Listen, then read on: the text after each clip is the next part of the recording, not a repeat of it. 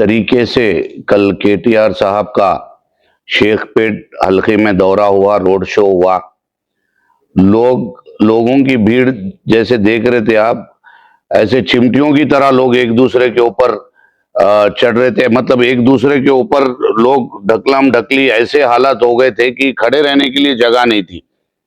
तो लोग जो केटीआर साहब की बात सुनने के लिए आए, केटीआर साहब को देखने के लिए आए, वो एक तरफ है, लेकिन लोगों का जो मजमा ज्यादातर जमा हुआ वो कांग्रेस के खिलाफ था। जो 2 साल से लोग तकलीफ उठा रहे, 2 साल से इतनी मुसीबत में लोग हैं, लोग तो पूछ रहे कि ऐसा कोई तरीका नहीं है क्या कि फिर से जनरल इलेक्शन आ जाए।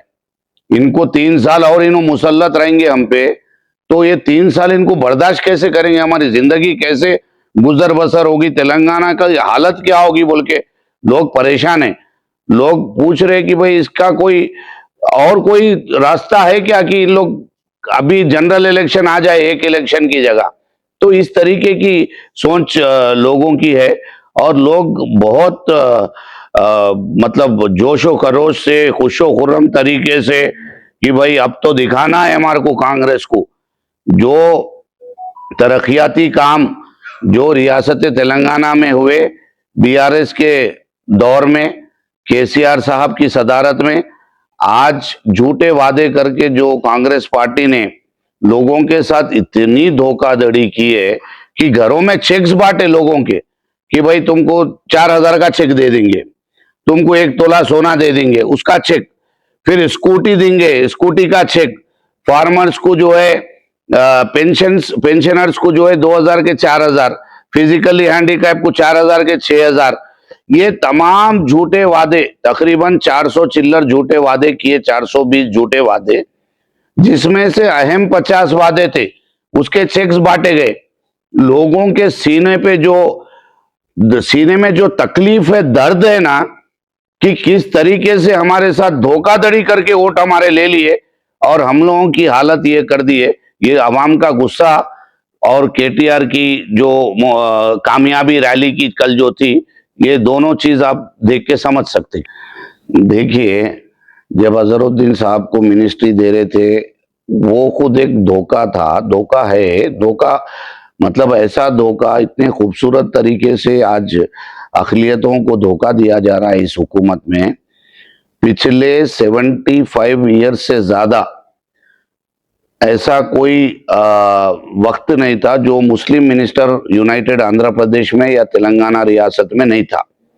लेकिन ये हुकूमत, ये बीजेपी पार्टी का एक दूसरा रूप है जो माइनॉरिटी से सख्त नफरत करती, इनको नुमाइंदगी देने के सख्त खिलाफ है। मैं कल भी आपको बता चुका कि इतने माइनॉरिटी लीडर्स कांग्रेस के, वो भी हमारे भाई है, उनकी जो जद्दोजहद थी हुकूमत लाने के पीछे, आज रेवंत रेड्डी को मुसलमान वोट नहीं डालते तो रेवंत रेड्डी सीएम बनते थे क्या? सीएम कैसा बने? वो कांग्रेस के लीडर्स, कई लीडर जिनकी जद्दोजहद थी, शब्बीर अली साहब जैसे लोग, सिटी में देखे तो फेरोज खान के जैसे यूथ लड़के और कई कांग्रेस के दीगर लीडर्स है, जो फहीम उनके पीछे काम करे इतना सारा, फहीम कुरैशी, उनकी जद्दोजहद भी थी। तमाम लोगों की जद्दोजहद से आज ये हुकूमत आई। अजहरुद्दीन साहब की भी बेशक जद्दोजहद थी बहुत बड़े पैमाने पे, लेकिन आप 2 साल से हर किसी को महरूम रख दिए।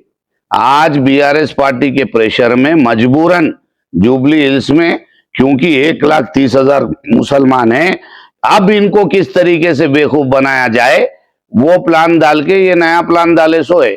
उसके बाद हलफ दिला दिए। हलफ दिलाते क्या होता, 1 घंटा 2 घंटे में पोर्टफोलियोज अनाउंस हो जाते, जिम्मेदारी ले लेते, ऑफिस में जाके अपना काम शाम संभालते, ऑफिस में जाके अपना जो भी ओहदा इनको मिला, जो भी इनकी पोजीशन मिली, जो पोर्टफोलियो इनको अलॉट हुआ, उसकी जिम्मेदारियां ले लेते। ठीक है, अब इनकी जिम्मेदारी पोर्टफोलियो की क्या है बोले तो अजहरुद्दीन साहब की, कि सिर्फ जुबली हिल्स में कैंपेन करते रहो। ये पोर्टफोलियो दिए उनको फिलहाल का पोर्टफोलियो कि आप मुसलमानों को गुमराह करो, क्योंकि हम आपको मिनिस्ट्री दिए, आप मुसलमानों को गुमराह करते रहो। ये पोर्टफोलियो फिलहाल आपको दे रहे। आगे क्या देने का है जुबली हिल्स का इलेक्शन जीते तो डिसाइड करेंगे, नहीं है तो आपको बरतरफ कर देंगे। ये हिसाब से जो है वेटिंग फॉर पोर्टफोलियो के मिनिस्टर का दर्जा देके, ये नया दर्जा है। ये पोर्टफोलियो हिंदुस्तान में कोई हुकूमत क्रिएट नहीं करी, यहाँ की हुकूमत क्रिएट करी कि वेटिंग पोर्टफोलियो क्रिएट करके अजहरुद्दीन साहब को दिए। देखिए किस तरीके से नीचा दिखाया जा रहा है मुसलमानों को, किस तरीके से धोखाधड़ी की जा रही है। मैं जुबली हिल्स की आवाम से अदबन गुजारिश करता हूं, आपके भाई की तरह, बेटे की तरह इनके जालसाज धोखेबाज बातों में मत आइए। देखिए आज बीआरएस की जद्दोजहद से आज अपने एक भाई को मिनिस्ट्री मिली, अब वेटिंग पोर्टफोलियो मिला, कौन सा भी मिला, वेटिंग में भी भाई बैठे हुए हैं, चलो ठीक है, या इलेक्शन कैंपेन पोर्टफोलियो दिए उनको, जो भी दिए मिनिस्ट्री दिए, लेकिन आप इनको अभी इस जुबली हिल्स इलेक्शन पे इनको घुटनों पे लेके आएंगे, कार के निशान को ओढ़ देके जब बीआरएस पार्टी को लेके आएंगे, जब मुकम्मल पोर्टफोलियो अपने को मिलेंगे इंशाल्लाह हर तरीके से। जो आप लोग धोखा खाए, जिस तरीके से हमको चीट किया गया, उस तरीके का इंसाफ जरूर मिलेगा। भाइयों मैं आपसे एक ही गुजारिश करना चाहता हूं, देखिए पार्टियों का मसला अलग है, लेकिन कौम में भी हमेशा इत्तेहाद का होना बहुत जरूरी है। आप लोग मेहरबानी करके सोचिए और देखिए अल्लाह ताला ने सबको अक्ल सलीम दी है। 10 साल के दौरे इख्तिदार में किस तरीके का माहौल था और ये 2 साल में किस तरीके से हमको बरतरफ किया गया हर चीज से। एक 50 रुपए नहीं, 1 रुपए का फायदा कोई मुस्लिम कम्युनिटी के किसी इंसान को नहीं हुआ। बेचारे इमाम मौजमों को मजबूर कर दिए, कितने फोना करे पाप बेचारे कि भाई हमारा पैसा दे दो, हमारा पैसा दे दो। कई महीनों तक उनका पैसा जो है इमाम मौजम के जो मुआवजा केसीआर साहब ने शुरू किया, वो मुआवजा तक देने के लिए रुला दिए उन लोगों को। तो ऐसे इमाम मौजम की बदवा से कांग्रेस रह सकती क्या? अल्लाह वाली लोगों की बदवा से कभी नहीं रह सकती, ऐसी बदवा इन लोग लिए। और कोई ऐसा नया इकदाम नहीं उठाए, कोई ऐसा 10 पैसे का काम माइनॉरिटी कम्युनिटी के लिए नहीं करे, जिसके लिए आज कम्युनिटी बोली कि भाई चलो भाई कांग्रेस पार्टी हमारे लिए काम करी।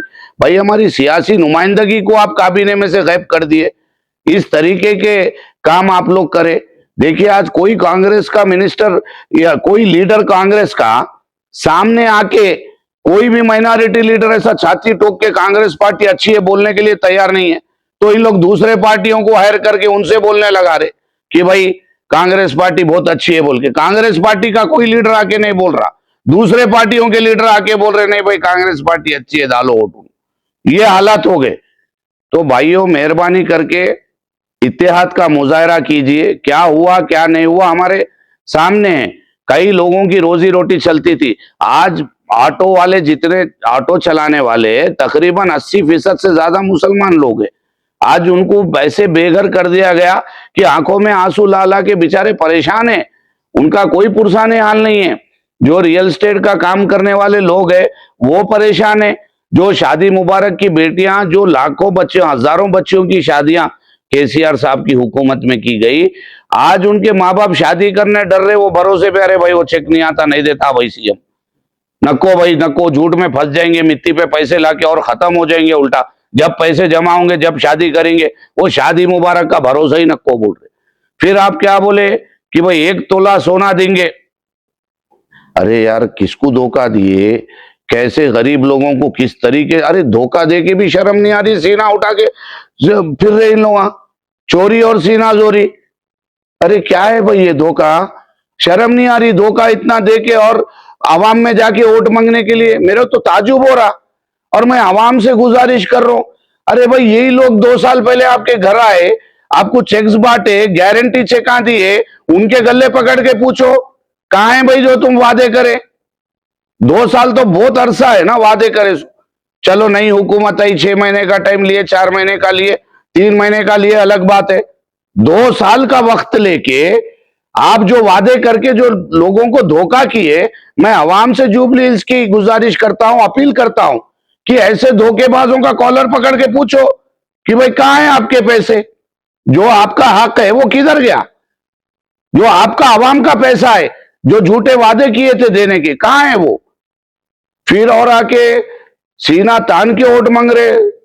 अरे वाह भाई, ऐसी सरकार तो पहली बार देखा मैं।